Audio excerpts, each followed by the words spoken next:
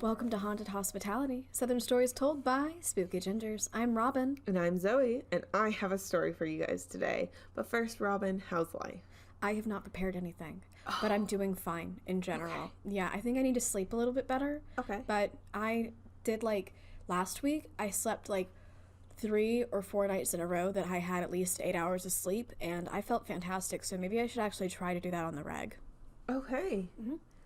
I also did not prepare anything. Actually, okay. So I did.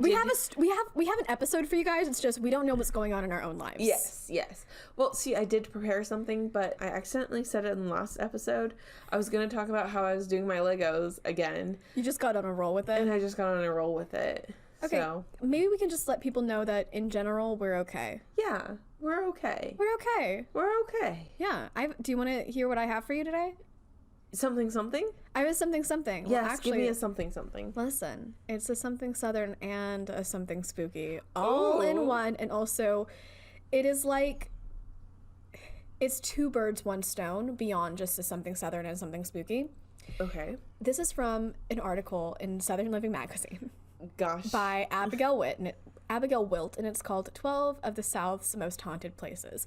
What this is like me kind of going through. I only included 8 just because I didn't want it to get too long, but I figured 2 birds, 1 stone, something spooky because it's fun to talk about very haunted places in the South, rapid fire. Yes. And also it could help us figure out ideas for future Southern episodes. I actually have a list in my Notion, which is the app I use to take notes, of episode ideas. I thought we had it on the shared Google Drive. Have yes, you been cheating on me? I have 5 different lists. Oh my god. And I didn't realize we were using the Google Drive one anymore. I use it sometimes. Not all the time, sometimes. But I have a list because I find them and I'm like, I want to do this one. Okay, well, you can do 6 out of these. No, I mean, I'm not giving them all to you. I'm saying you could potentially do 6 out of these 8, but I'm also going to be looking through them so we can fight. Okay, but here are some of the most haunted places in the South according to Southern Living magazine. Not in order.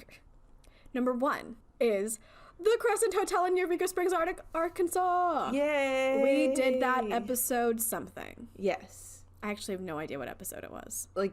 30 something, I think. Oh, right. That sounds right, guys. Look in our backlog if you're interested. I think it's called The Many Ghosts of the Crescent Hotel or something like that. That sounds right. Yeah, because there's a lot of ghosts. There's a lot of ghosts. And Zoe and I have loose plans to go to the morgue and be in a refrigerator together in the pitch dark. Yes, and it's not any refrigerator, it's the dead body refrigerator. Yeah. Oh my god. I'm not actually... We're doing it. The next place is the Grove Park Inn in Asheville, North Carolina. Okay.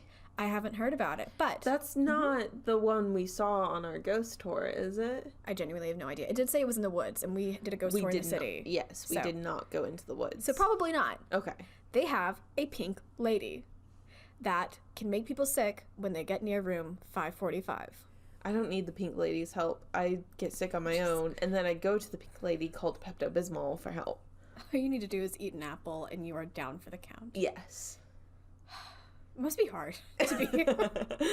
Next thing we have is the Marshall House in Savannah, Georgia.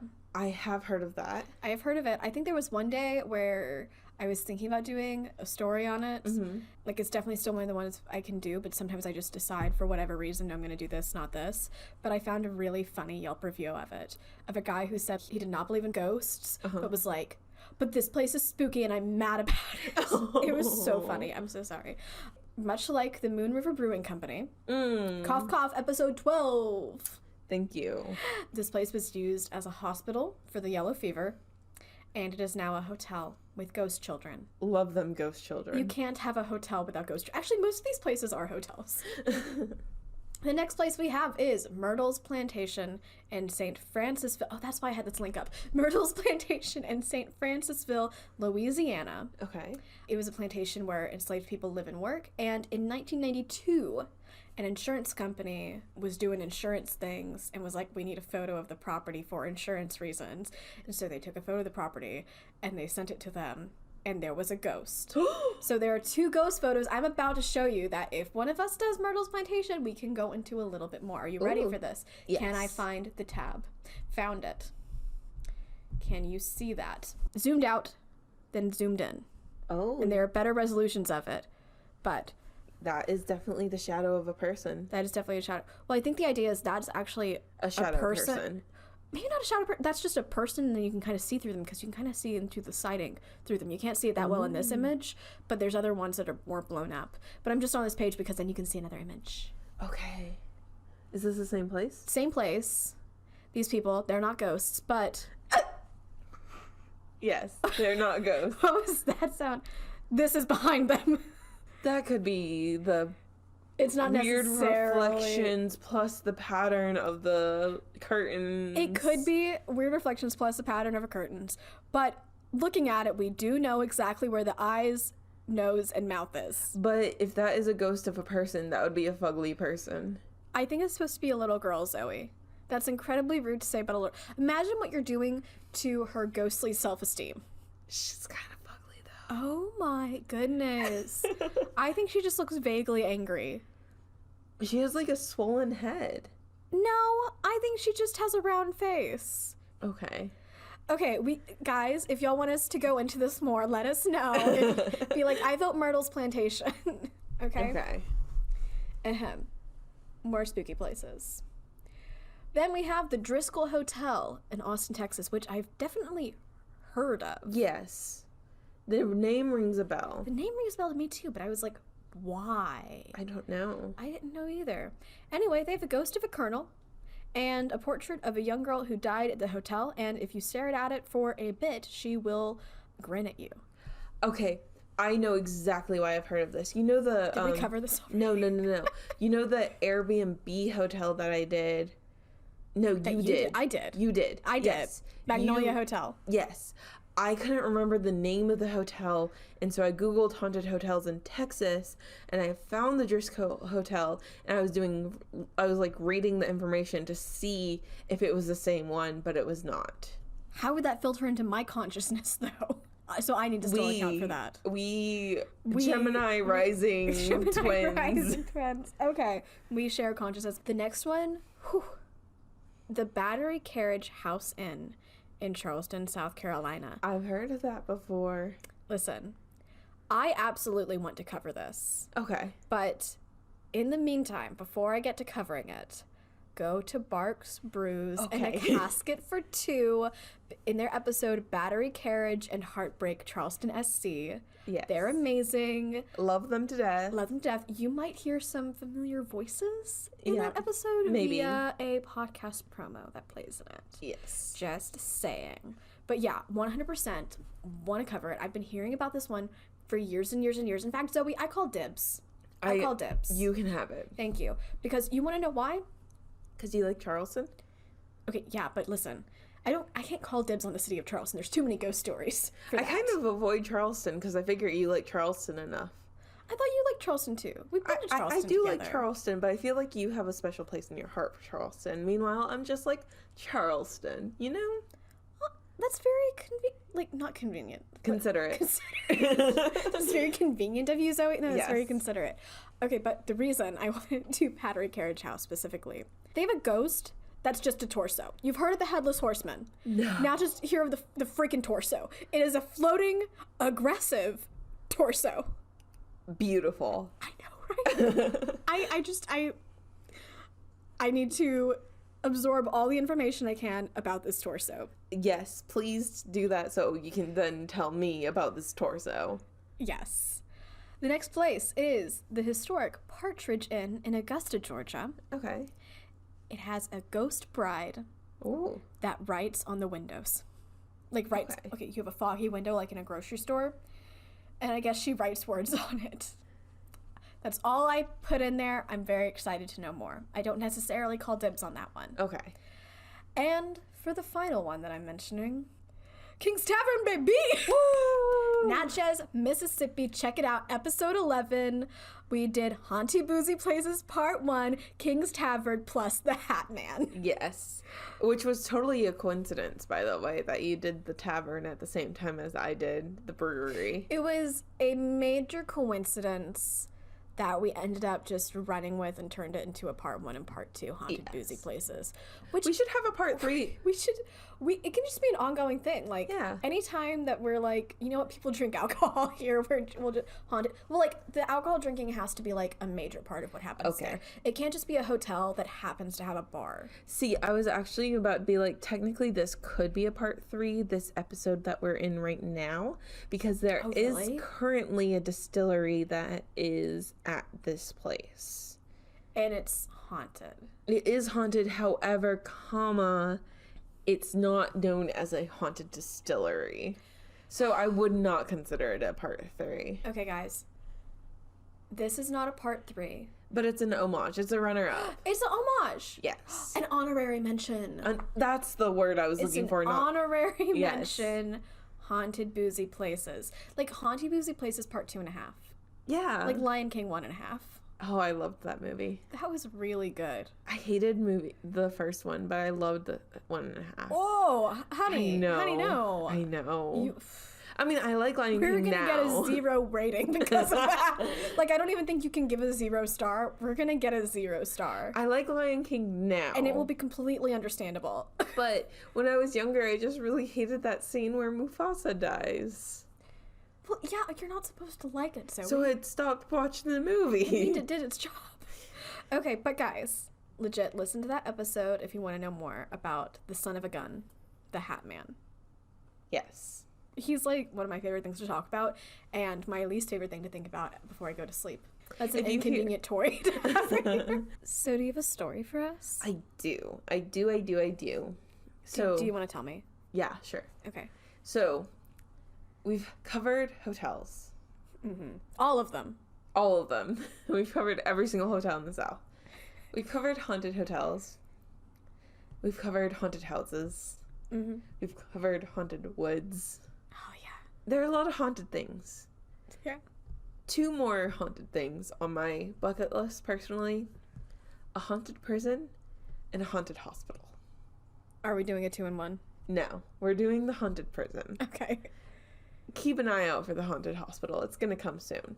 Ooh. So, mm-hmm. I'm telling you about Brushy. Have you heard of Brushy? No.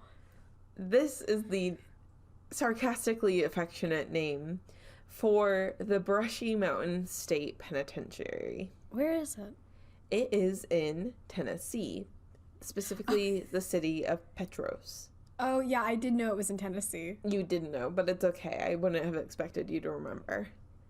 Okay. So, the Brushy Mountain State Penitentiary later changed its name to the Brushy Mountain Correctional Complex. However, since it's been shut down, people just call it this penitentiary, or Brushy, because I'm going to call it Brushy because I can't pronounce State Penitentiary too many more times without screwing it up. I can sense that. So it was a large maximum security prison built in 1896, and it remained open until 2009. That's recent. Very recent. I feel like you and I cannot have an episode where we don't have to go into the racial issues of the past. But I feel like the South. It's the South, so like we gotta. It's there. It's there. So the reason they needed this prison was because of the Coal Creek War. So in 1891, coal miners in Bryceville, Tennessee, had a protest that would become known as the Coal Creek War because they were protesting the use of convict leasing in the mines. Robin, do you know what convict leasing is? You can probably infer from the name. Is it like some sort of we're renting you out? Our prisoners? Yeah. As workers. As employees. Yeah, workers. Okay. Yeah. So convict leasing came into being and was pretty popular really closely after the Civil War. And so the government didn't have large prison bases. Like, they didn't have penitentiaries or prisons or anything like that. And so they couldn't really house all the prisoners that they had. And instead of building these prisons and putting the prisoners in the prisons and then having to pay to feed the prisoners and all of that, what they would do is go to companies that needed hard labor workers and say, if you pay to house, clothe, and feed the prisoners, and you pay us a small fee per head, small fee per head. Yes. Oh. We'll let you use these people. So this was right after the Civil War when we did away with slavery, and so then we're kind of putting it into another form of forced labor. Yes. All right, I'm okay. So this was mostly plantations that they were leased to, as well as like coal mines and construction. Of course. This was when the railroad boom was happening. So a lot of railroad being built was built by convict leasing. So instead of having to pay money to house these prisoners, the government was getting money for the more prisoners that they leased out. And so... so it makes sense to arrest more people and have more people as prisoners. Exactly. And where are you going to easily find prisoners? Oh, what you're going to do is find random black men, have either done a very small crime or fabricate a crime that they did, and then arrest them, have a poor jury court thing, trial, have a very poorly put together trial. I'm sorry.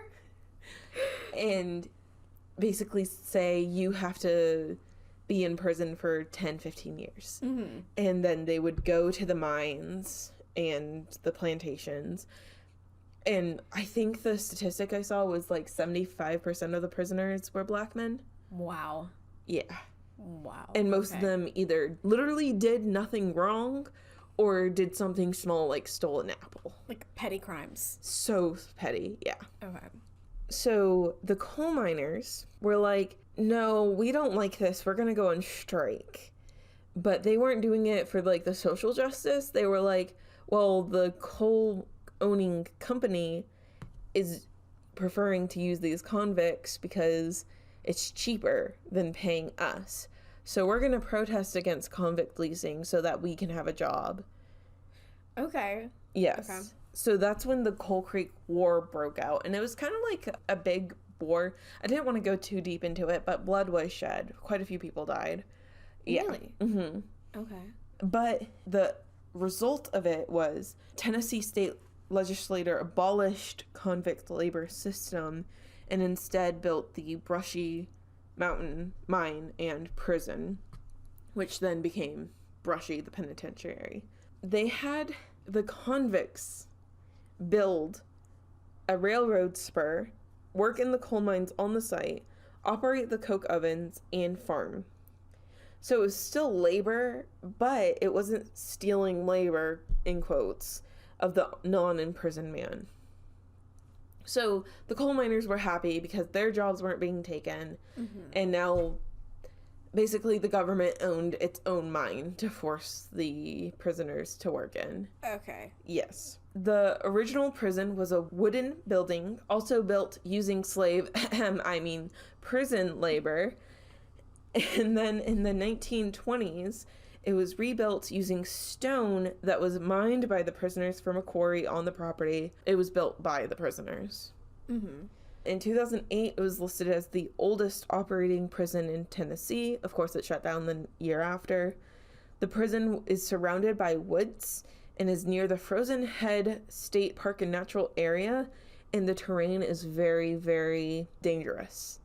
So it's a maximum security prison, and people say they kept calling it the final stop in the line, or the final, like, the last stop on the line, or something like that. And they said only the worst people were brought here, and it was a maximum security prison. But it's like, towards the beginning, it was pretty much any prisoner was brought there. As things progressed, though, it did become only the worst of the worst were put here. Like any prison, people attempted to escape, but due to the surrounding area, most were unsuccessful. The most famous escape attempt, however, was on June 10th, 1977, when prisoner James Earl Ray climbed the fence with 6 other inmates. Okay. Does that name sound familiar? Not really. It didn't to me either, which was surprising considering he's the assassin of Martin Luther King Jr. Wait, what? Yeah. Oh, we should really know that. We should really know that name. Okay. But yes, so James Earl Ray was the assassin of Martin Luther King Jr., and he was imprisoned here. And he tried to escape, but they were captured less than 58 hours later, so a little bit over 2 days later, only 8.5 miles away. In 2 days, they had managed to travel 8.5 miles away due to the rough terrain. Oh, okay. Mm-hmm. So that's gives you an idea of how inhospitable the area is. He ended up getting stabbed and dying a few months or years later. In the prison still? In the prison still. Well, okay. I mean, he died in the hospital, but... Oh, but he was stabbed in the prison as well. Yeah. Okay. So, the prison was... I'm sorry, I'm laughing at this because of what comes later. It's like, oh, really? The prison was briefly closed between 1972 and 1976 because the prison guards went on strike saying that they had unsafe working conditions. Okay. But, like, most of the prisoners there were regularly beat by the guards. Gotcha. So it's kind of like, I don't really feel sorry for you. If you're, yeah. Yeah. So they reopened the prison when they agreed to allow the guards to unionize. And it was the only unionized prison in the state. In the 1980s, it changed from a maximum security prison into a classification facility, which I honestly didn't know what that meant. And I tried Googling, and I couldn't find anything lower than minimum security. Like, I couldn't figure out what that meant. Classification facility. But then I, like, went back to the source I was reading and realized the very next sentence defined it. So basically, they would send prisoners of all levels to this, and, like, based off their gut or their crime or something, they would say, okay, you go into the maximum security area, you go into the normal area. One would hope it's the crime, but I worry it's the gut. Yeah. But, like, they would just, like, put them in an area until they were officially classified, and then they would send them to wherever they needed to go. Okay, so it's just a temporary space. Yes. Because, I mean, by this point, it was kind of falling apart. That checks out. Yeah. But by the time the prison shut down, it had a capacity of 584, but the maximum security annex had a capacity of 96. Mm-hmm. In 2018, Brushy opened to the public for tours, private events, car shows, and concerts. It also has a distillery that produces prison-themed moonshine, vodka, whiskey, and liqueurs. Prison-themed? Really? Yeah. It's like end of the line Bloody Mary, and like... I would say I don't know how I feel about it, but actually I do know how I feel about it, and I don't feel great about it. Yeah, I don't feel great about that either, especially like... It would be one thing if it was like a place where genuinely terrible people went from the very beginning, you know, and they were at least still treated humanely. But it wasn't. But it wasn't that. It wasn't either of those things. It wasn't either of those things. And so it's just kind of like, it's just like tone deaf. The concerts thing also surprised me too. Yeah, I wouldn't necessarily want to go to a falling apart building with a terrible nearby terrain. I don't know, did they renovate it? No renovations. No, we're just enjoy your, what isn't it, like at the Broadway or something, you have like box seats or something, and it's just a jail cell. Enjoy your box seats. Well, I think it was like in the yard, like in the prison yard. Oh. Yeah. Still almost worse? Weirder. Yes. Yeah. Especially since like you have to, like, I mean, you can get your cars up there, but like most of the people like ride a train to get there. Like, I don't know if I would go. Because it's like in the middle of the mountain. And who's playing that? Like, I feel like a metal band. Like, it has to be something like that. It's not going to be like... In a mountain, it kind of... Okay. It's not going to be like a Christian rock band or like Pink. Like... Those are your two go-tos? We're not going to see Ariana Grande there. Oh my god. Or the Jonas Brothers. I'm really not able to guess what you're going to say next. What if like they all do... What if Pink, Ariana Grande, and the Jonas Brothers all do a Christian rock genre concert at Brushy? But... A side over. So, other notable inmates beyond, you know, the assassin of Martin Luther King Jr. were Byron Looper. Don't know if you've heard of him. No. I didn't. He murdered State Senator Tommy Burks and was given a life sentence in 2000. George Hyatt, he was involved in the 2005 Kingston courthouse shooting, and I completely intended to do a little bit more research into that. However, we were having internet issues that day, and the page didn't load, and then my computer crashed. So I forgot to go back to that. For another episode. Yes. And then a fictional almost inmate was Dr. Hannibal Lecter, Silence of the Lambs. So apparently, I haven't seen the movie or read the book. I have not seen the movie or read the book. I know a lot about it, though, mostly because my father. My father has this line with the beans. He can do it. I can't. It has something to do with going... But Hannibal Lecter, cannibal, prisoner.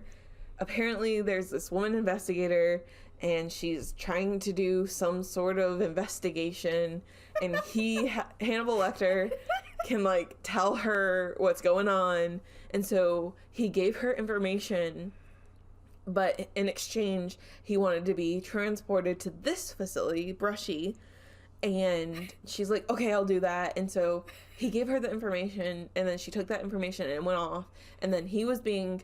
like carted. I mean, like, he was literally strapped up. He was being transported to Brushy, and she found out that his information was false at the same time that he escaped from the transportation. And then there's a scene where it's like almost romance between the investigator and the cannibal.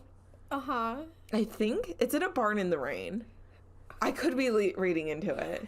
Zoey, you know that episode of Parks and Rec where Andy is, like, giving a lowdown on a movie because the cable is out while they're trying to watch Leslie's campaign thing? Yes. You're giving me those vibes, except he actually watched the movie. So are you saying this needs to be a bit we do where I read a synopsis of a movie and then I try to explain it to you? Just like when I talked about Velocipaster.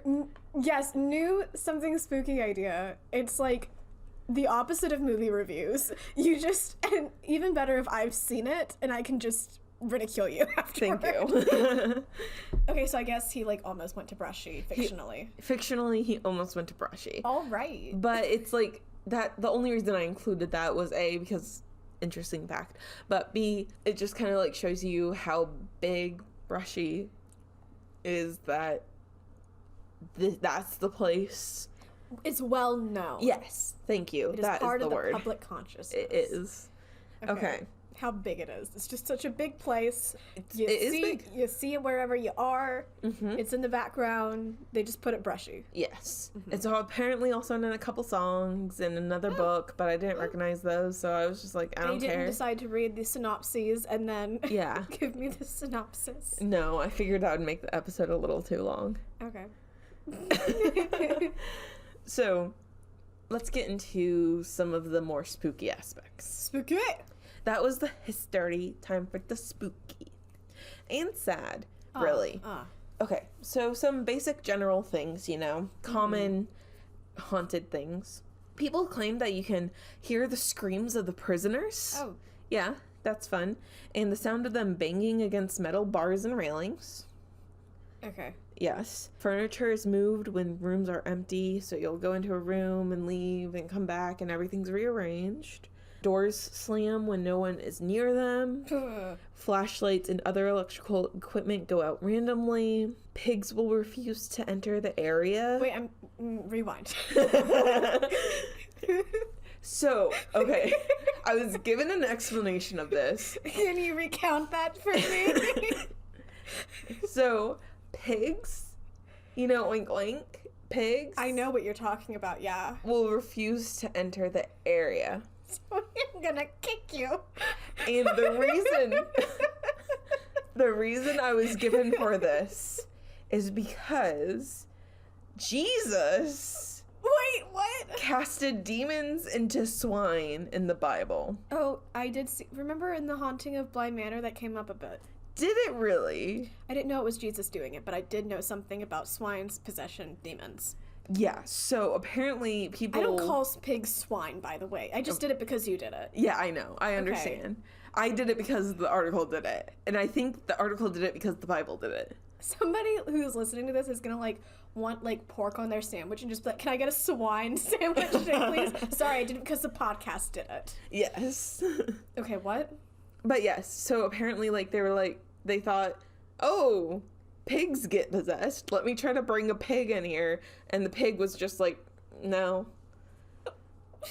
And other animals apparently also refused to go in, but the pigs were the only ones specifically mentioned. Maybe the reason they didn't want to go is because they sensed that the person handling them was, like, not having their best interest at heart.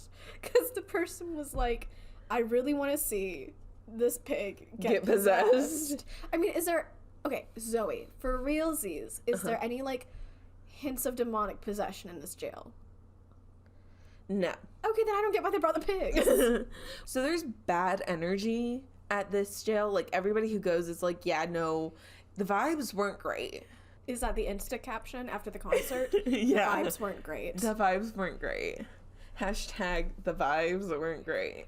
So there are a lot of deaths in the prison, which kind of make people think that's why the vibes aren't great. Mm-hmm. There were not any executions, at least none judicial executions.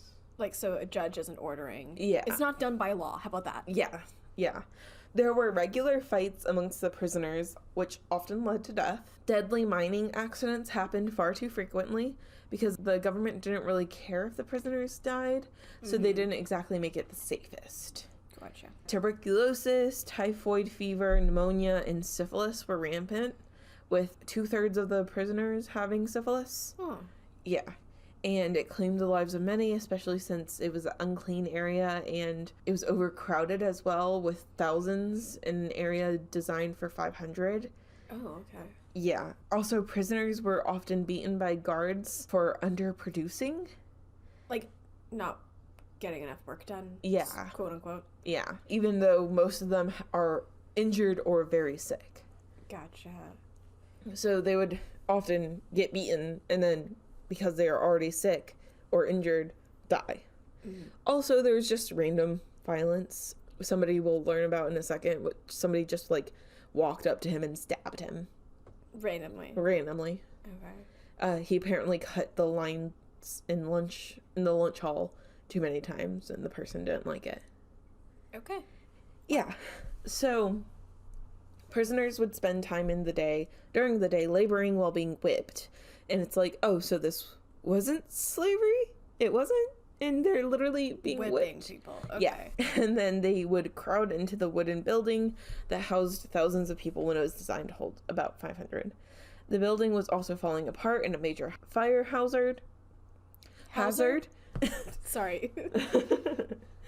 So there's also a building that is currently called the D Block that previously was known as the Death House, because when somebody would die, they would just kind of like put their body in the death house until they were given back to the families, or if the families didn't claim them, just buried unceremoniously on the grounds. Mm-hmm.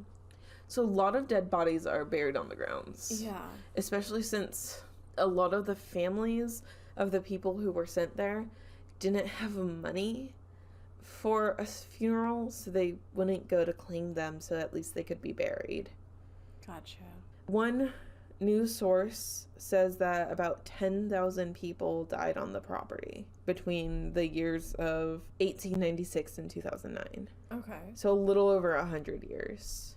Wow. Which is about, if I'm doing the math correctly, 100 deaths per year. Estimate. Mm-hmm. Because it's a little over 100 years and about 10,000 people died. There is this, I don't know what the genre is called, but the TV shows where the ghost investigators go to haunted places, like Ghost Hunters, and I don't know what that genre is called. Paranormal investigation. Yeah, I guess just the paranormal investigation show. Okay. It's called Ghost Asylum, and they went to the prison, and it was either season 2 episode 15 or season 4 episode 10. On True TV, they had it one way. On the other one, they had it the other way. So, get your facts in order, guys. I know. So again, I paid $1.99 to watch it. The sacrifice you make for this podcast is really. So here's the episode. They call themselves the Tennessee Wraith Chasers. And they are 5 men. They call themselves brothers. But I don't know if that's like Southern brothers or if they're actually brothers. Gotcha. From little research I did just to figure out what their names were, I believe 2 of them are blood brothers and the rest are friends. That makes sense. Yeah. Otherwise, it's just a lot of brothers. Yeah. They're very, how do I say, dramatic. Oh. I feel like they watched Zak-Bagans and were like, he is God, I want to be all he is. Zak-Bagans. But they're very, very Southern. Okay. So it's Southern Zak-Bagans. Yes. Times 5. Okay. So, I actually do recommend going to watch it. It's quite amusing. Anyway, so they said that there was a murder a week in the prison. So while they were doing research, they said that a prisoner once hanged himself in the clinic, that other prisoners would be thrown or throw themselves off the top level and hit the concrete level at the bottom and either be very, very injured or die. Mm-hmm. They spoke to a previous inmate nicknamed Gator, and he said that the prison was terrible to live in, which I feel like we've gathered at this point. But he said that the chapel, ironically, was the worst because the guards wouldn't do anything in the chapel because it was kind of like well, you're in the house of God. God has the right to do whatever he wants in here. And if you're doing something, it's God. But it was really just kind of the guards just not caring. Mm-hmm. He said anything goes from your nose to your toes is the saying that was in the prison. Okay. So prisoners would often get attacked and killed with no consequence to their attacker. So more people would be like, well, he didn't get in trouble for killing this man, so I'm going to wait until church and I'm going to kill the person I've been mad about. Mm-hmm. So they split up into 3 groups. So there were 2 people interviewing Gator. There were 2 people doing a base EMF sweep of the prison. And then 1 person who went to the chapel. And it was all daylight.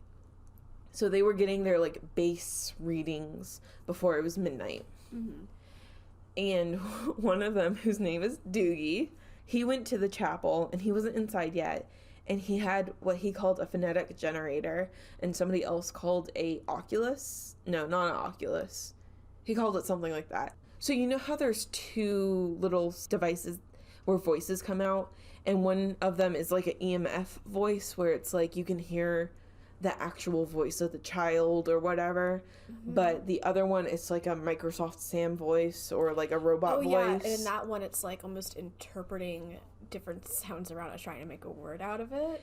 Well, or am I getting that wrong? The way they explain it, not they, but other places I've seen explain it, is that there's basically a list, like a dictionary within the machine, and the ghosts are able to pick out whatever word they want. That's asking a lot of your ghost. Yeah.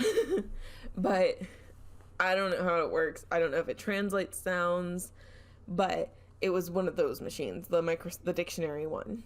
So he had that out in his hand, and he was just kind of talking to himself, and he's like, he was in front of the chapel, and he hadn't heard what Gator said about anything goes yet. And he said, is this where you came for, like, protection? Sanctuary, maybe? And the voice in the box said, wrong. Whoa. Pretty immediately. And then he walked up to the chapel, and before he even set a foot inside, the box said, beast, which is very devilish. Yeah. And then he walked in front of a church. Yeah. And then he walked inside, and it said, hell.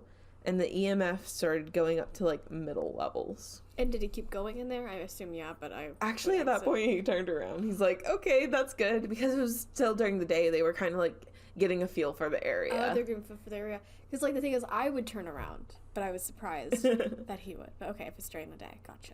I mean, his name is Doogie. I don't know what point I wanted to make. I just wanted to point out, his name is Doogie. His name is Doogie. Okay. Well, it's a nickname, but still. I figured. Yeah. So the other team of 2 that was inside the prison getting the base EMF levels, they said that they were seeing people walk. Like they would see somebody go across a doorway or something, but nobody was supposed to be in the prison. And they were getting middling EMF levels while inside, but it was like really low to the ground and it kept being behind them. So like they would turn around and it would read only when they were low to the ground, and then it would disappear. Then the show cut to the 2 interviewing Gator, and he said that there was a little person who was in the prison, no more than 4'6", I think, and his name was Jack Jet. And he was the person that I told you that was stabbed, because what he would do is he would like duck between people's legs and like cut line that way. Yeah. Smart. And like get to the front, and apparently people would like regularly pick him up and like throw him to the back of the line, which is like not great. He was known for smoking cigars and being a general goofy menace.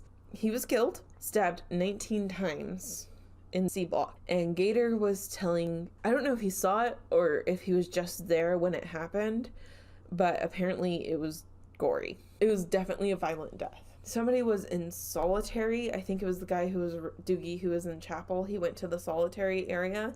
He had the voice box again, or out still, I guess, in the solitary confinement area. And the voice box said Jack and me. And Jack Jet was the person I just told you about.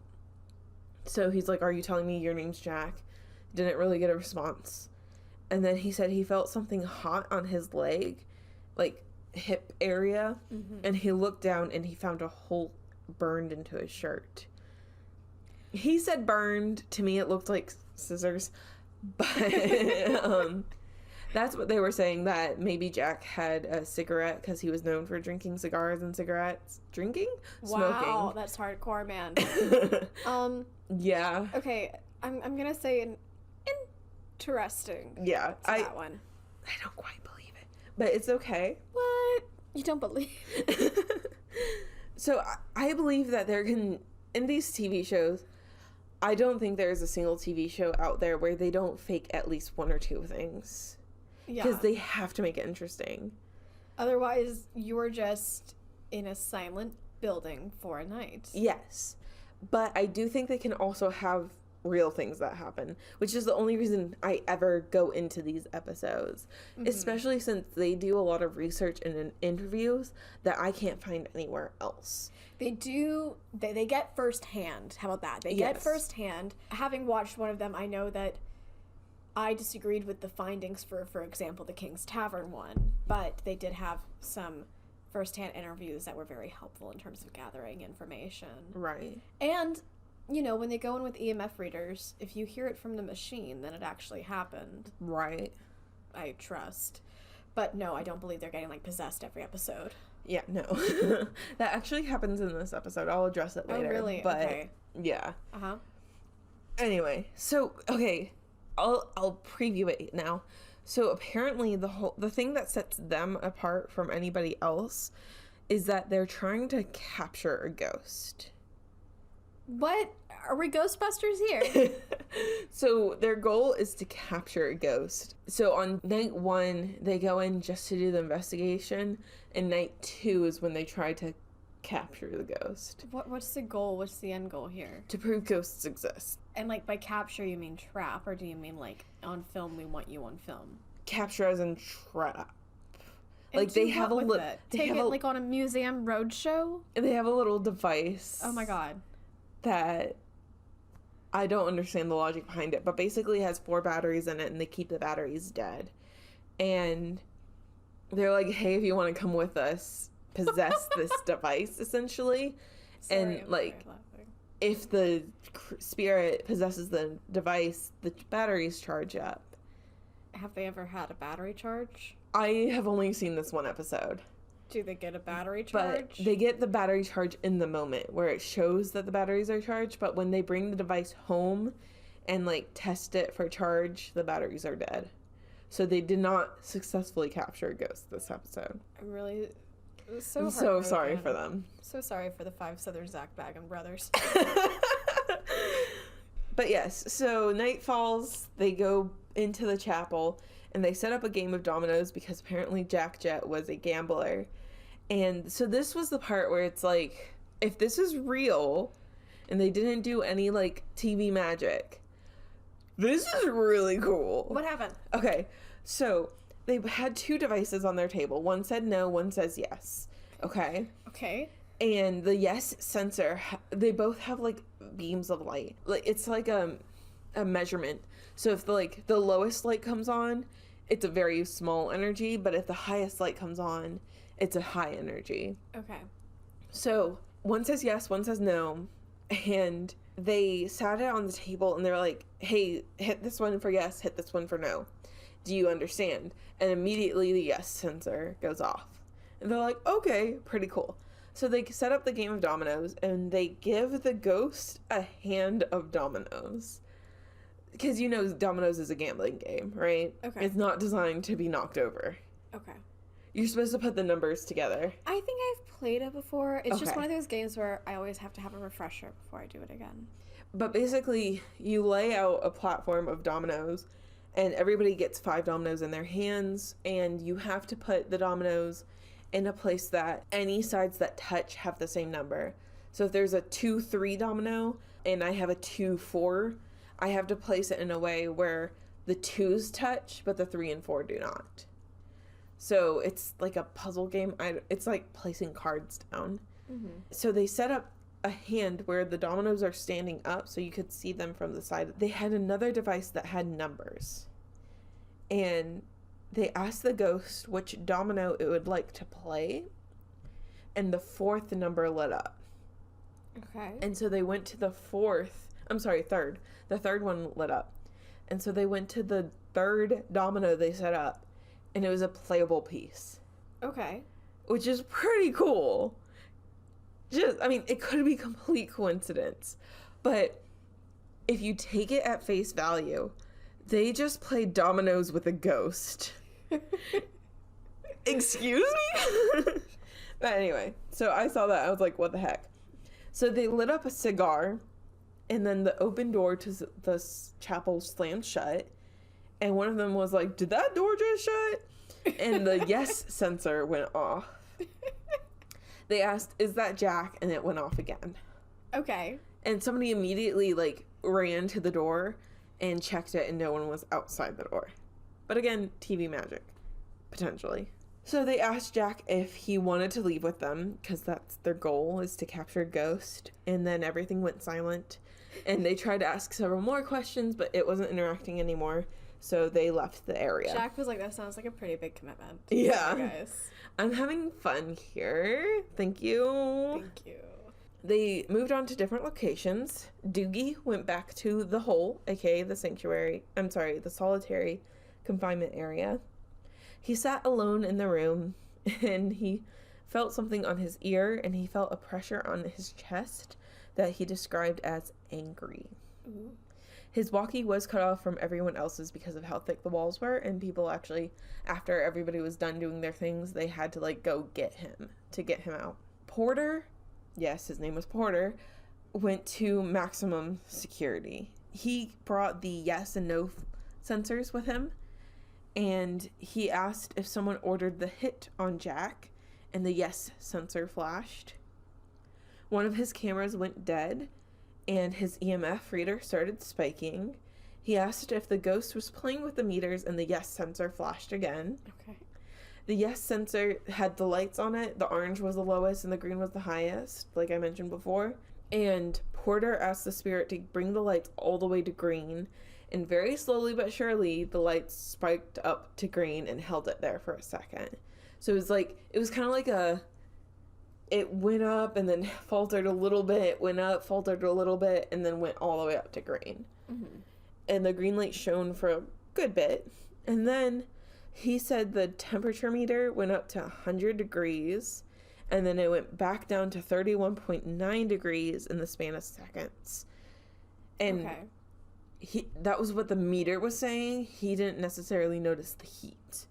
but he put his hand over the center and he did feel a cold spot, and it went down to -9 degrees on the sensor.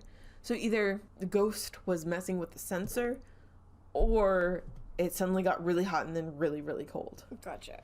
Yeah. Then the 3 remaining men, Chasey, Chris, and Brannon, went to the cell blocks. They heard a growl when they arrived, and then they went looking for the source.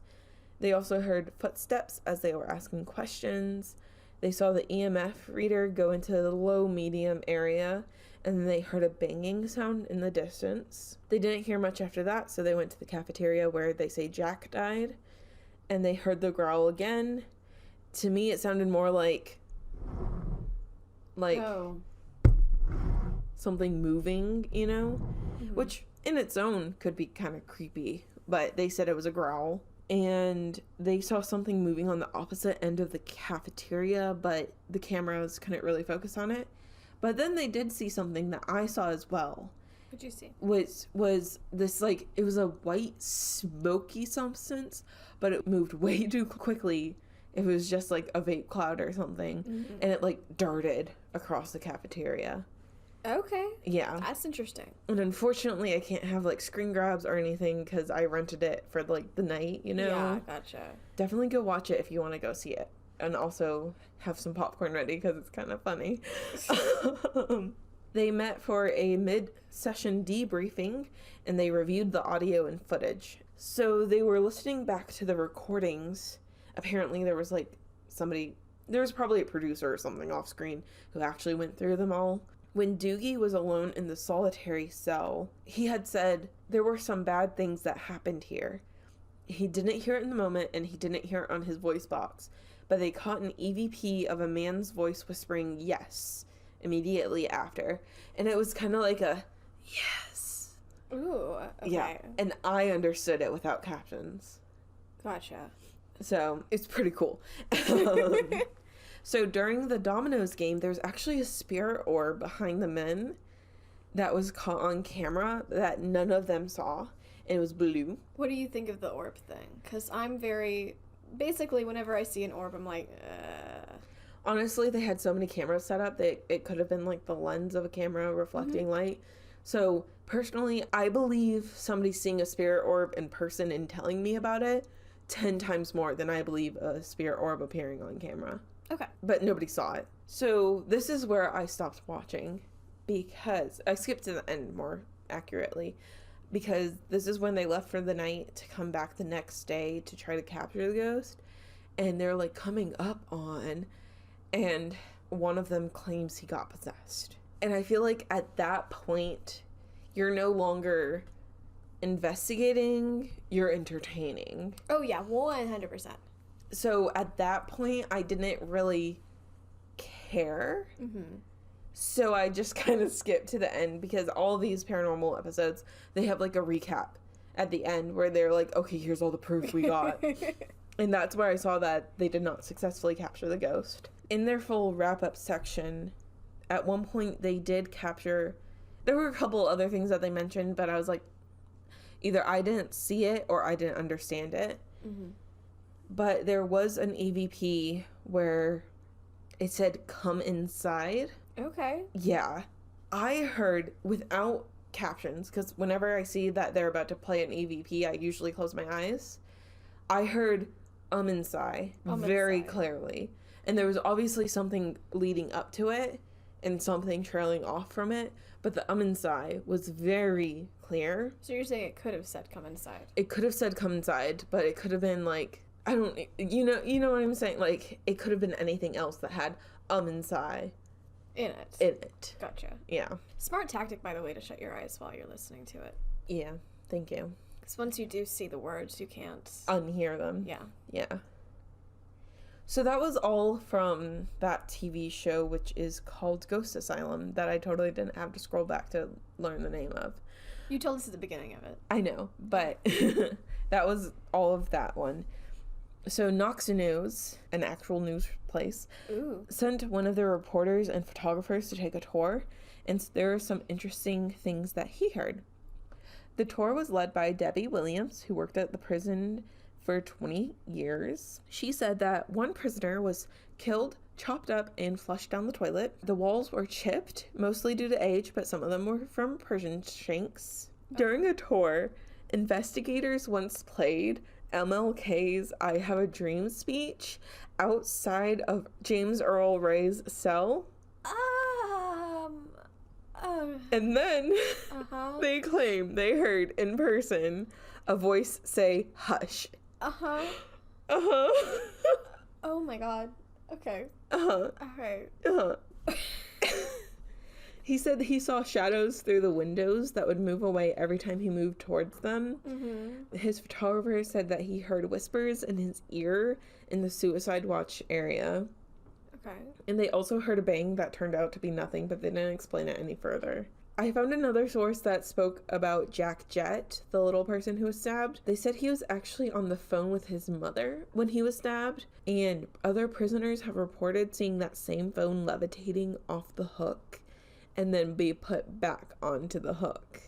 And anyone who uses that phone is usually really cold and have a feeling of dread come over them. Oh god.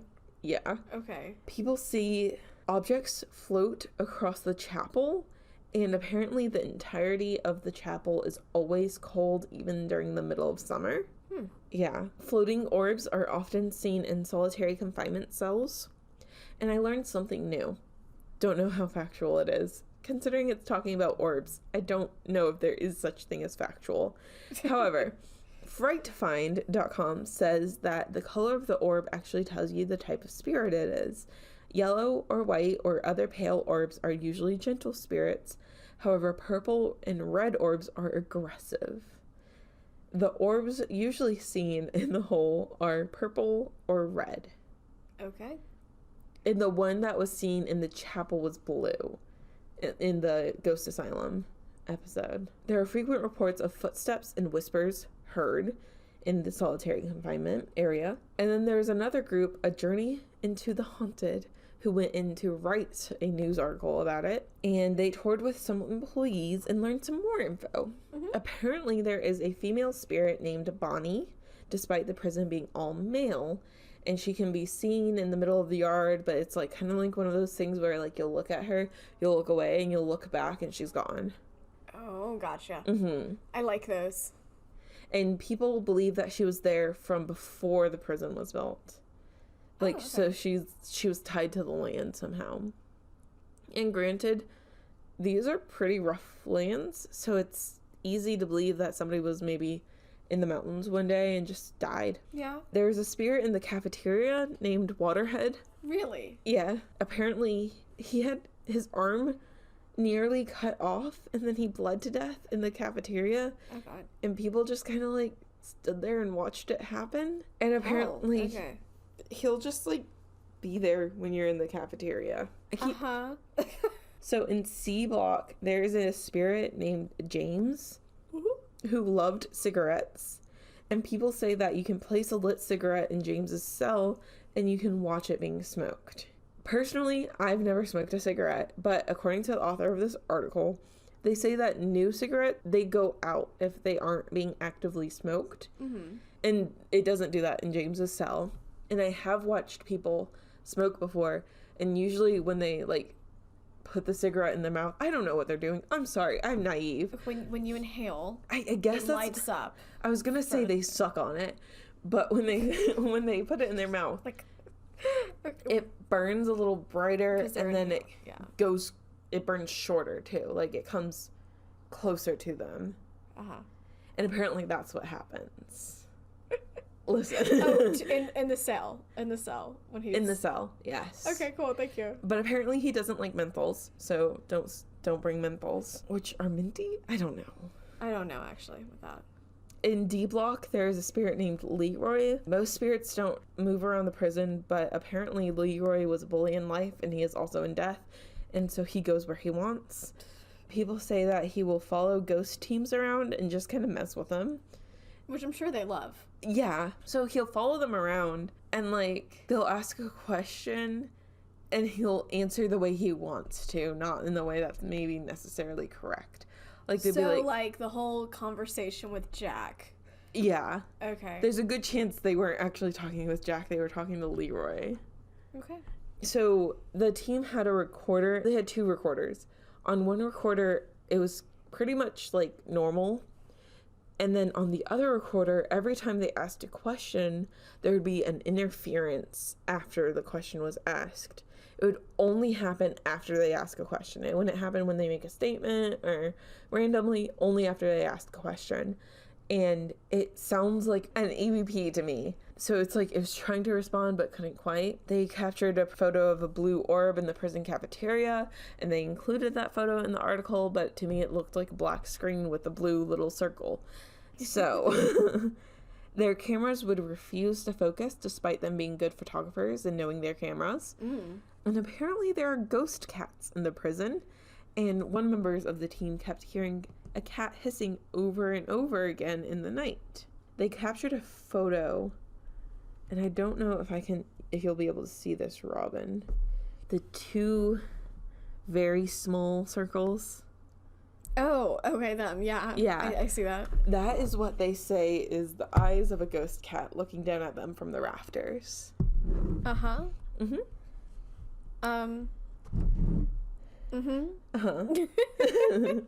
So they also captured another photo that was very similar to this one, but it was red eyes on the bottom, and they said that was a demon looking at them. I mean, did they see the demon? No, just the eyes. Okay. But it was right when they captured an evil laugh on their spirit box, which is the one where it, in the moment, translates like the actual voice rather than the dictionary. So they heard an evil laugh. It wasn't Microsoft Sam going, ha, ha, ha. No, they caught the evil laugh. Okay, that's very interesting. And there was also a ghost that was responding in Knox. Like, yeah, Knox. Well, Thanks for explaining that. I mentioned Knox News, Knox, earlier, so I didn't want to, get people confused. But apparently they didn't hear the knocks until they were looking back through their footage. Okay. They frequently heard opening and slamming cell doors throughout the whole night. So that is all the information about Brushy that I have for you, Robin. Thank you so much for sharing. You're welcome. I did learn a lot about the origin of, the prison system. Yeah. Mm-hmm. And then there were some very interesting things going on. I'm very interested about what was going on in the chapel that they decided not to investigate in that moment. Remember, he was going in and then yeah, and then he was swiftly exiting, which again is exactly what I would do. Yeah. No. All right. Well, thank you for sharing. Well, thank you for listening. If you enjoyed today's episode, please rate, subscribe, review, and tell a friendo, and also sign up for our Patreon at patreon.com/hauntedhospitality. It's a $3 tier a month, and you get an episode every month, and we're fun. Yes, and the episode comes out on the 13th because we're spooky. Ooh. If you would like to see my sources, you can go to hauntedhospitality.wordpress.com and read my blog as well. Also, if you have your own spooky story, whether that be true crime, paranormal, or maybe you've been to Brushy and you have some photos or a story to tell us, send that to hauntedhospitalitypodcast@gmail.com, or you can send it to our socials. We are on the interwebs. We are on Twitter at Haunted Host. We are also on Facebook, Instagram, and TikTok at Haunted Hospitality. We hope to see you there. Stay spooky.